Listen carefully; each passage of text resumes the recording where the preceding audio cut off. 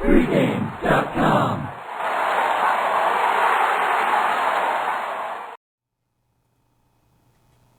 Kansas travels to Austin to battle the Texas Longhorns on Saturday, Big 12 basketball. He's Brian Leonard. I'm Scott Spreitzer. We're going to break down the Jayhawks and the Longhorns. And Brian, I know we both agree that the line's probably going to be Kansas about a 4-point favorite.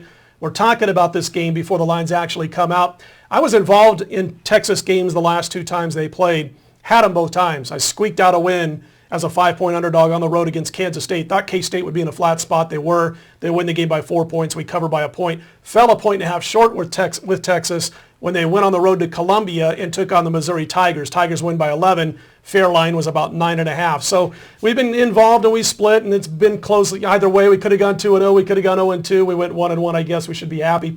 When I'm looking at this game, though, and as I start to look how teams are going to do come March and in the second half of the conference season, Texas had 5 new starters to begin the season, and they're all starting to kind of get their feet wet. They're very athletic.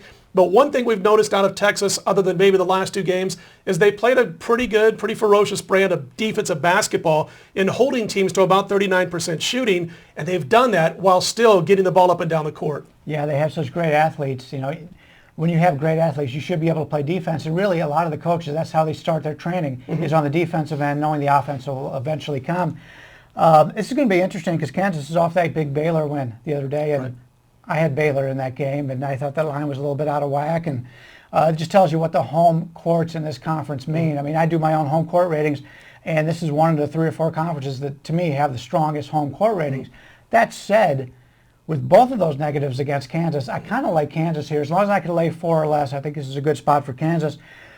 Interesting, last year, Texas goes into Lawrence, wins that game straight up, and then Kansas comes back in the conference tournament and then beats Texas then. Right. And, you know, you talked about the youth for both of these teams, but it's interesting. Texas's youth seems to get more minutes. They've got a lot of freshmen playing. In fact, they've got, 5 freshmen seeing 15 minutes or more in these games. Right.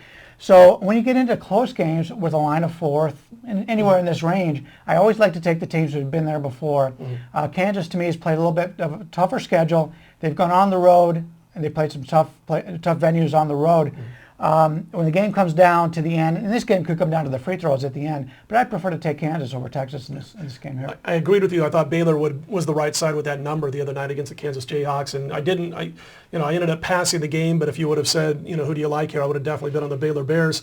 Going into that game at Fog Allen, I'm sitting there, Baylor's been in so many situations this year where they were, quote unquote supposed to lose or in a tough situation and won those games anyway. But Kansas did come through, as you said, and such a big home court advantage there.